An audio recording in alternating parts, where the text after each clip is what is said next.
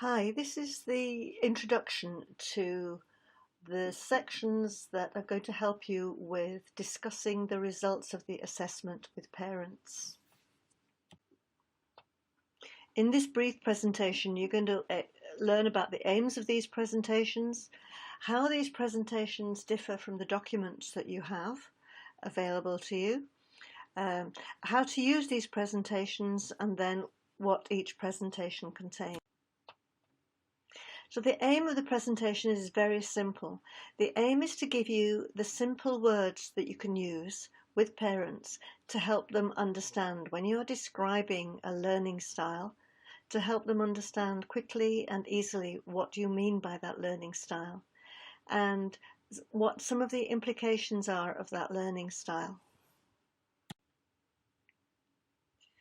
The difference between these presentations and the documents, the written documents you have that go into great detail on each learning style, is that these presentations are for you to use on the first call. They are a brief overview of the different learning styles and some brief descriptions and words that you can use.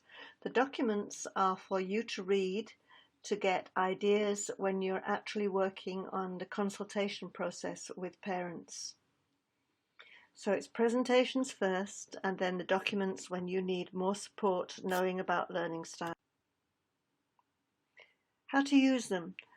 Review the wording. There's going to be lots of words here that you can use on the call. You might find some wording that you particularly like, or you can modify to how you want to say it, and write it down so you've got it there when you're giving out the results of the assessment.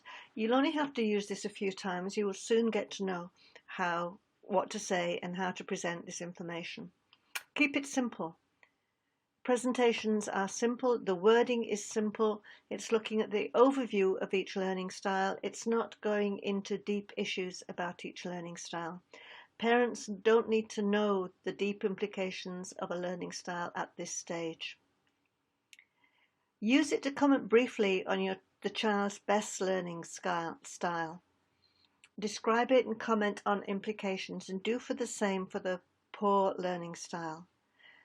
If the child is good at word smart, say being good at word smart means that you can discuss, you can possibly read and write well, and it's a really good learning style to have in school.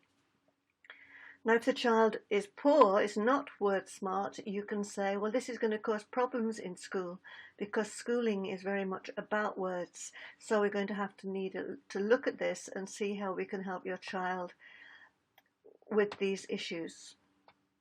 And again, on poor learning style, if it's music learning style, which is not high, say, it doesn't really matter. It means your child may not turn out to be very musical, but it's not a big influence on schooling.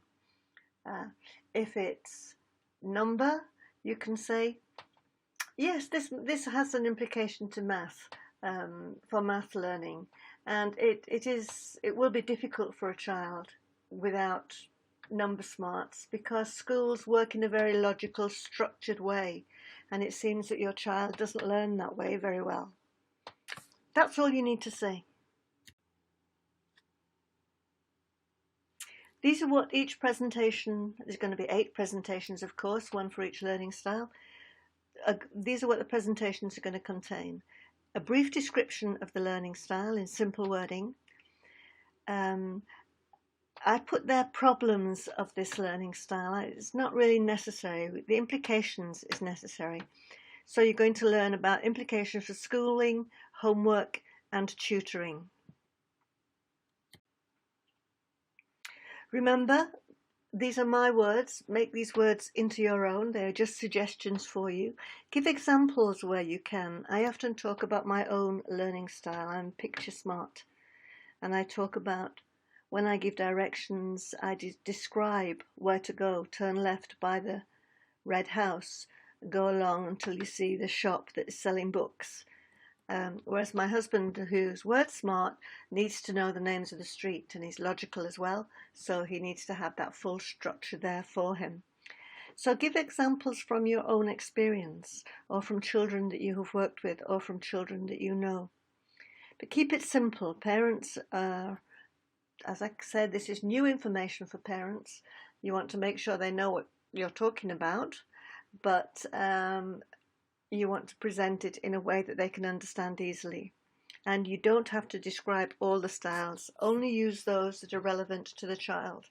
So you will come back to these presentations when you have a particular style to talk about with a parent.